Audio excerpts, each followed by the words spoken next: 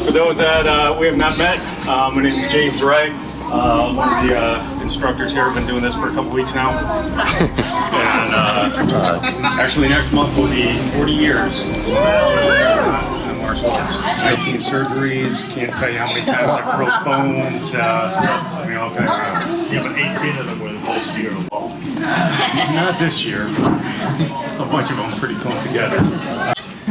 Knife defense and gun defense is a big topic of conversation, and there's a huge range of techniques that are taught that, in all honesty, large number of them probably would never work in a real life scenario. I have pretty much one move that I do with gun defense. If I'm actually defending against and trying to take the weapon away, the first move is when not to be there, so don't go where people might have a gun that would use it against you, which I know that's not easy necessarily that you can predetermine that, but running is a good option if you can get away. But the focus of this class is going to be that I'm in the range that I can take the weapon away from somebody. When in the past we've done some videos, knife defense and just other things, and everybody's got their expertise, or they feel they do. You have a lot of Google martial artists that this will never work and stuff like that. And I will tell you that we teach a lot of stuff that would absolutely not work in a self-defense situation. I might be able to get away with it. Some of the black belts might be able to get away with it, but it wouldn't be a smart thing to do. But it's fun to train and it's fun to do it anyway. So we will do some movie style stuff. And I have been a fight scene choreographer for some different shows. So we will throw some things that aren't realistic, but would be fun to do. And if you've taken the knife defense classes, it's the same thing there. I will teach what I believe can work against with the knife defense. Same thing with the gun defense, and then I'll teach some stuff that is just for fun and not as practical. So one of the things that I'll start with is some things. If you look up on YouTube or whatever, like I said, everybody's an expert. I've watched a bunch of stuff today, just kind of preparing to see what else, because I haven't watched gun defense videos in a while, and I was shocked at of thought process is. So stuff that I learned that I thought was a legitimate technique, there are people that are absolutely discrediting it, that are online, and I'm like going through my database of all the stuff that I've done. I'm like, no, that's a pretty legitimate technique, so why are they criticizing in that? So I'll go over some of that stuff as well, and you'll have to determine some of it if you want to add that to your arsenal of self-defense or whatnot. If I can borrow you next, since you're here. We'll come over this way, pull the gun out. We're going to start at close range. I'm going to give you one that I saw today, that this was one of the first ones that I practiced or learned in the martial arts. And we trained with live weapons, but the actual bullets were just cotton balls. But they were actual pistols. And if the person can pull the trigger when you decided to move, if they had that time to do it, then you would see if you can defend against the gun.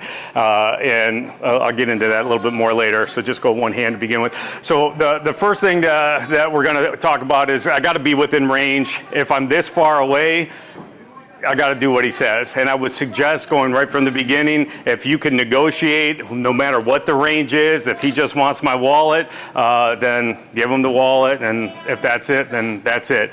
So I'm going to go from being that we actually want to get some hands-on stuff, that we've determined that I need to defend myself and I'm not going to negotiate out of it. So all I'm going to do is put my hands up and I'm going to try to knock the weapon out of his hand. These weapons are real lightweight, but if you could get with a surprise attack and just come in and just kind of hit, no, hang on to it, it might work, it might not. So this one's real light, so if I can hit the weapon this way and then try to bend the arm at the same time, that may happen. I'm going to grab it real quick.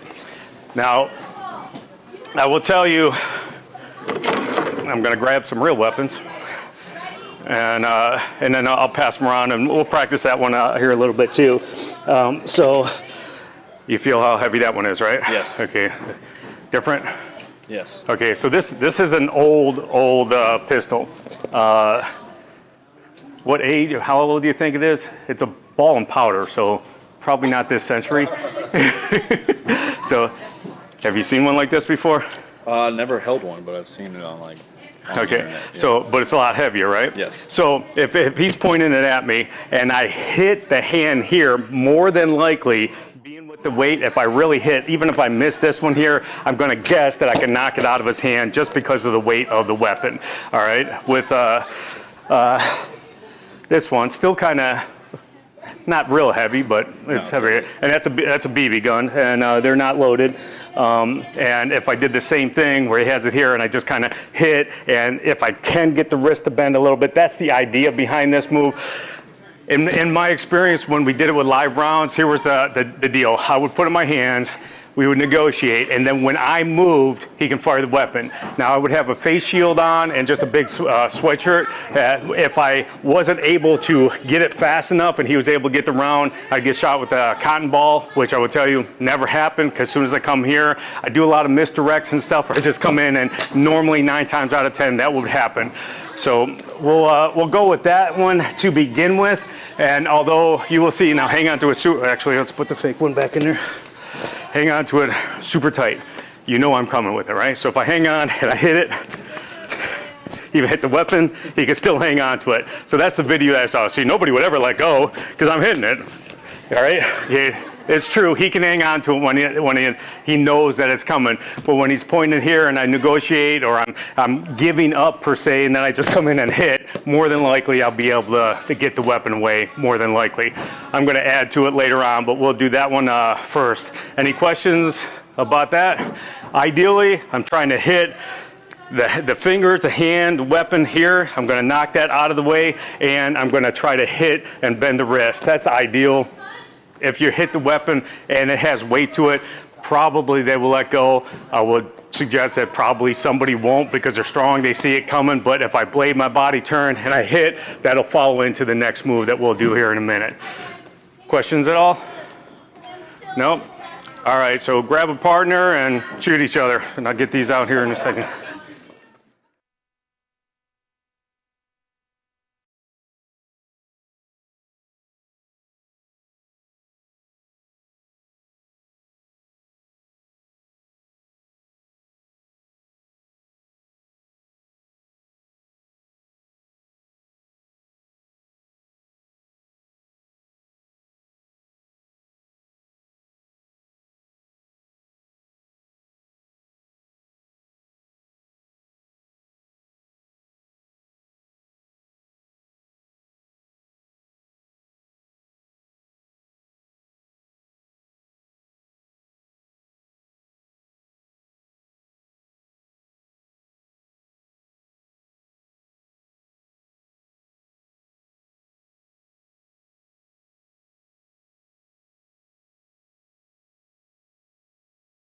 Alright, so I kind of started out pretty general with stuff, and kind of, like I said, if you go on YouTube, whatever, you're going to see all kinds of stuff that's just not really good, that I would, if you were to practice, or if somebody did it for real in a self-defense situation, they would be worse off doing some of these techniques. So that one is super basic, and you can do it from any position, and we'll practice some. But I had a question, which we'll get into as we progress through the same move, as if the person had two hands on the weapon. You do the same move, even if it's two hands. You just, if your position, you're using leverage, not strength. So I don't want to say I'm not pulling the weapon away at all, but the pulling away is the last part. That's like after they can't hang on to the weapon anymore, then you're pulling away and disengaging. So if he's got two hands on it, all right, and he's pointed. First off, again, we're going to, I'm skipping the part because we're only quick seminar, 45 minutes to an hour, so I'm not going to go and have a sit-down and discussion group on all the different types of self-defense situations. So this is hands-on too. So mind you, not being there, running away, negotiating, giving them what they want, those are all, come before actually trying to take the weapon away. Once you decided your real deal, you need to do something because it's going to end up bad, then you go. So I like to use distractions even in all my martial art game, whether it's karate, jiu-jitsu. I always use like redirects, or I use a lot of psychology and stuff like that. Why are you laughing, Mark? Has that happened to you at some point in time, maybe? No, I happened to a guy I knew. Happened to another guy. It was a friend, right? Yeah, a friend of a friend. All right, so I will. This is a true story. I was working security, and a person came in with a weapon. There was a whole stuff that happened beforehand. So he was mad because somebody just smacked him around, and so he went out to the car, got his pistol, came back in, and I just went like this. So he brought it in, and I went like this, and he looked, and I just took it away, put it back, and he was drunk, negotiated with him, and he was arrested, lost his job, all kinds of other stuff. But it was not, that was my thing. I didn't have to move fast. It was just, we made eye contact, I saw the weapon, I looked, he looked, and I just took it away just like that, and that was it. So it can happen real easy, and that was, hopefully, if you ever need this, it would happen that easy. Might not. So if he's got two hands, same move. So I typically will bring my hands different because I want this one underneath, and I want this one coming out on top. That's me, that's my sound. Also, it looks different, right? Everybody goes, oh, here, every movie you've seen, nobody went, I give up. So they're just a little tiny, just my thing, I like doing it. So I give up, what do you want? Boom. When I decide to go, I'm going to still do the same thing. I hit the hand, but I'm going right towards the weapon. It's pointed down, so if somebody's behind me, they're safe. And then I'll bring him back towards him, and then I rip it away. I don't hang on tight. I don't pull it all, because he can still hang on. But when I rip it away, I'm pointing it down, turning it really hard for him to hang on to with it. I might even get closer to him if I felt the need to. So here, I might even come in here, boom, and hit. And then as I strike, boom, come in. You can do kicks, you can hit to the groin, knees, everything. But the weapon is the most important thing. So my hands are up. I'm doing the same type of move. I could come in a little bit tighter to him, because this is kind of hard to do, fully extended. You're not real strong. So I'm coming here knocking, boom, might hit, and then just rip it away, chamber around, and continue defending yourself if you need to, or run away, whatever. Questions at all on that? Same move, they just got two hands now, and you're going underneath, on top, okay? Stay in tight, be strong, rip it away. No questions? All right, ready?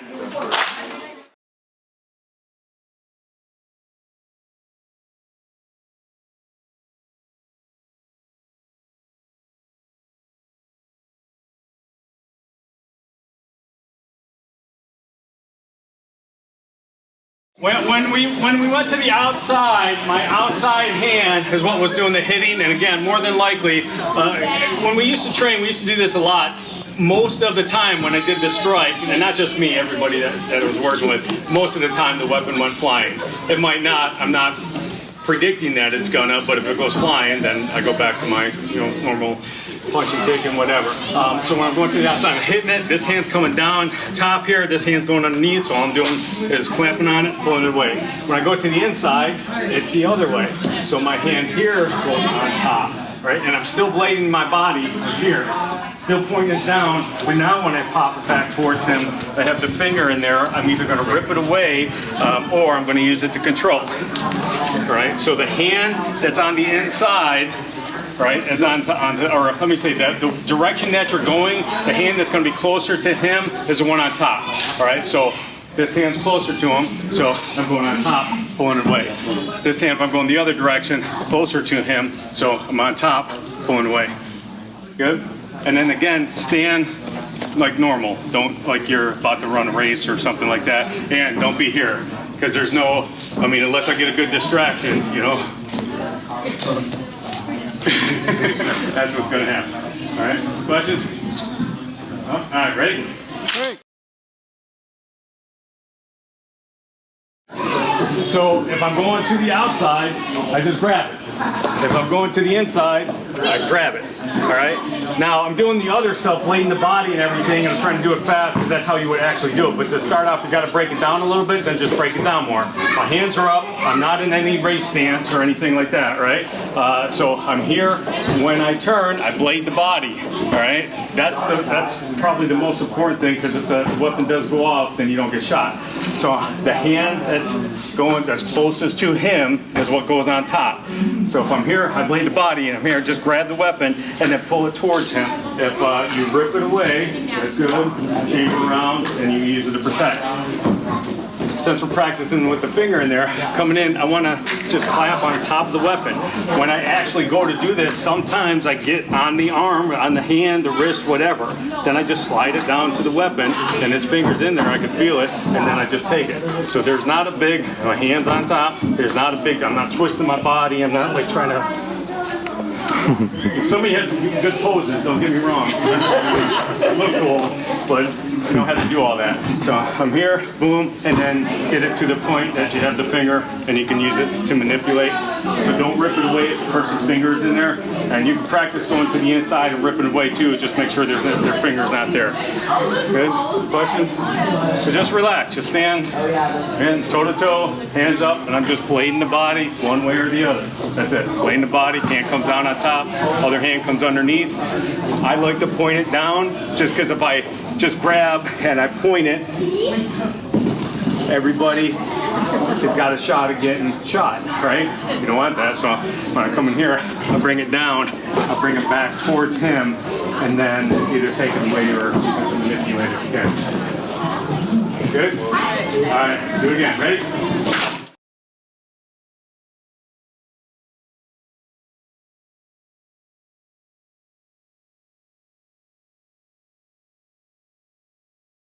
So the next one is fun, and I talked about it a little bit, but so you got to be just super slow, super careful with each other, because you can hurt each other. So this time I'm going to go to the inside. When he points the weapon, again, stand natural. Like if I'm standing here, I give up. Does it look like I give up? Probably not. Would he feel comfortable with my stance, like all ready to go? No. So just stand kind of normal. You're here, and you've given up. All right. So now when I go, I'm doing the same move, except I'm going to the inside. Let's do one hand just so they can see. So we were going to the outside where I don't have to worry about that punch and knees and elbows as much. This time I'm going to the inside, coming this way. All right, so now when I grab, I want to grab the weapon, and for this time, most of the time when we practice, we don't want to have our finger in the trigger housing group. You're going to have your finger in there normally. Don't put your finger in there just for safety reasons. But from here, after I grab the weapon, then slowly I'm going to turn it again. I'll hit it, boom, point down. I'm going to turn it towards him, and then I'm going to get that lock right here. If you can see where the finger is, right? I'm just going to turn it this way, and we'll go down. All right? And so he's got to accept the fact that the finger is either broken, disleaved if you're doing it fast, if he's going to try to fight it, or he's got to comply. I mean, there's not a whole bunch of options here. And again, would this be my go-to move? Honestly, no, I wouldn't be concerned with the finger as far as joint manipulation goes. Would this be my go-to move? If my family is right here, right, I would not do this move, because then I'm getting the weapon closer to the family. So I would go to the inside here, and then I would rip this away and probably break it at least break it. But for what we're going to do now is just I do the same thing. I'm hitting just slow, steady. I get to this point here, and I'm just going to point the weapon down so I have his finger in there. That's it. So I got to go slow. Good. So you're not ripping anything. So your partner's like, don't go home with their finger pointing backwards at themselves. All right. Questions? Ready? Hey.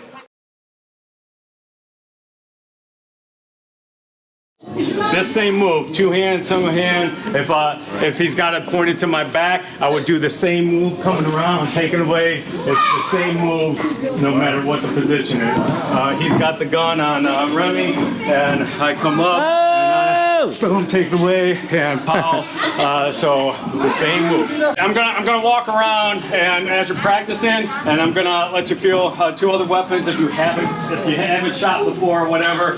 They're not loaded again, and you can currently check. But when we go around, you can take on mine, and after you take it away from your partner, then act like you're chambering around, and so you're ready to fire it. There's no rounds in here. I'll clear it for everybody when I go around. So keep practicing, and then I'll just hit everybody as I go around, so you can practice with the real deal.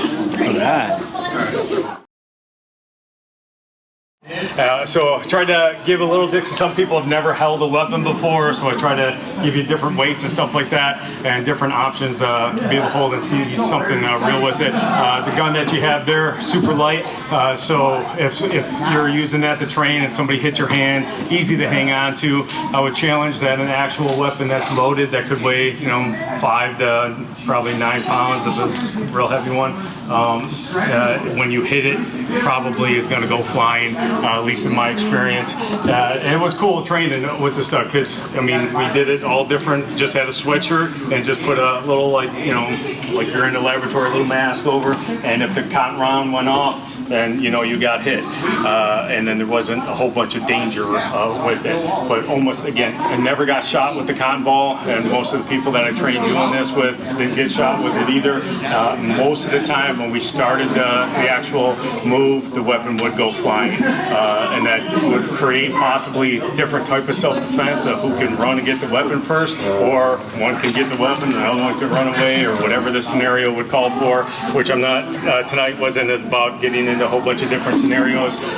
Just general stuff is be basic, comply, either get away, not be there, comply, but if you're going to go, make sure you're within range to do so, and you have the confidence and the determination to do so. So like I've taught self-defense classes for 40 years now, just about. The knives and the gun, they're just tricky. It just is. If you don't train, it's not that you can't defend yourself with it, but you have to have that mindset either way. So the more that you have the mindset of fighting or self-defense, and the more likely it's gonna be there for you. The move that we did, again, basic, all positions, no matter, it's the same move. There's other moves that could work, but everything just seems to get more fancy, and if you're not training, then it's going to be harder to do those moves. And again, we didn't talk about specific scenarios of what would you do in this case. It's just taking the weapon away. Every scenario could be unique. The distraction or psychology part is huge for me personally. I've done it in training. I've done it in tournaments and fighting full contact. One of the funniest ones that I do, like point sparring. I'll be sparring. This has happened in a tournament where I'm sparring fighting, and then I just put my hands down. I look at the ref. My opponent also looks at the ref, and then I would attack. And can't even tell you how many times I got points for that. Or I'll back away and I'll look down. They'll look down, and then I'll come and do whatever my move is. But I do it in jiu-jitsu and kickboxing and MMA and karate. That's just part of what I've developed over the years. Nothing is gonna probably work as good or be more real than actual doing punching and kicking and striking. So like violence can beat violence pretty decent. So if we do all the same stuff and then I just add different strikes to it, so I'm here and I just add stuff, boom, boom. I mean, it's pretty easy to, well, I shouldn't say easy, but with training, if you're striking the violence, onto violence, it works pretty good too, because he forgets all about that. When he has a weapon and I go like this, he might forget about it for a second, but when I induce pain with it and everything else, he's got to somehow recover from all of that, and hopefully I do it well enough and fast enough that he can't recover by the time I've already taken the weapon. And then when we talked about coming here and striking and bringing it back, and we talked about the self-defense, if I take it away, I load it, and then I shoot him, then I could be now the aggressor if he's not still trying to do something to me. If I come in here and it goes pow, pow, pow, and then we both fall down, I don't know that I'm the aggressor in that situation. Would you arrest me for that? So, If you disarmed him and then shot him, yes. Since we have law enforcement, if he keeps coming at me, and he has whether he just keeps coming or has a knife, or changes up, or his buddies, I'm now going to use it. But other than that, the striking is still always good. I was watching, like I was talking about, watching a bunch of different videos and that today, just kind of preparing for the class, and try to, because sometimes for me, I do one move in this, so it might get boring because it's the same move over and over again, but it's the one that works. But there are some videos out there where they just try to knock or just hit the gun out of the way, and then they just come right in and just fight. And if you knock them out, then yeah, it's the end of the fight. If something happens where he drops a weapon, then it could be the end of the fight. If that was my aura, I guess, my chi energy. Tested. So that stuff, it could work. I would like to just, if I'm going to be in there, I'll take the weapon with me if at all possible, but I'm not against striking in the same situation. Got any questions for me? We'll wrap it up. No questions? Thanks for being my victim. And, no questions? Legit? Nothing? All right, before we leave, then I'm just going to point the gun at you and see if you can take it away. And no. No questions, huh? Oh, shit. All right, so traditionally, if you haven't been in the classes before, at the end of class and that, we just bow out and before we leave, and it's just a greeting. And typically in the martial art world, it's to show respect to each other. It's also a promise that I'm not trying to hurt you. I don't want you to try to hurt me. And then it's also a greeting or wrap it up when we're done. So we'll just go to attention. We bow. I appreciate you coming in. Hopefully you learned something. Have a good time. And give yourself a hand. Just feel free to practice some. And if you have questions, feel free to come.